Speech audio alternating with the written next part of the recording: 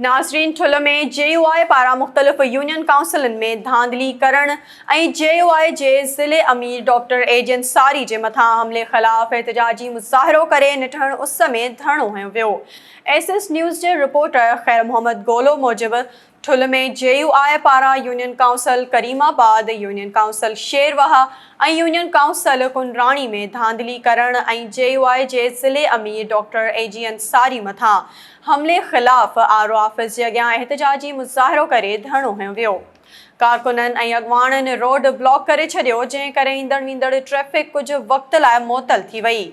उन मौक़े ते मीडिया सां ॻाल्हाईंदे अॻवाननि सैयद मोहम्मद शाह, दिलबर कुंडराणी, मीर हसन बुर्ड़ो, मुफ्ती अब्दुल शकूर खोसो ऐं ॿियनि चयो त सरकारी मशीनरी जो इस्तेमालु कंदे चूंडुनि में धांधली कई वई आहे।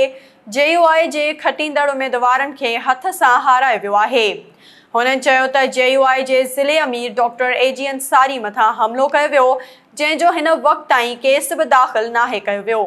हुननि मुतालबो कयो त UC करीमाबाद, UC शेरवाह ऐं UC कुंडराणी ते ॿीहर चूंड कराई वञे। ॿी सूरत में एहतिजाज जारी रखियो वेंदो।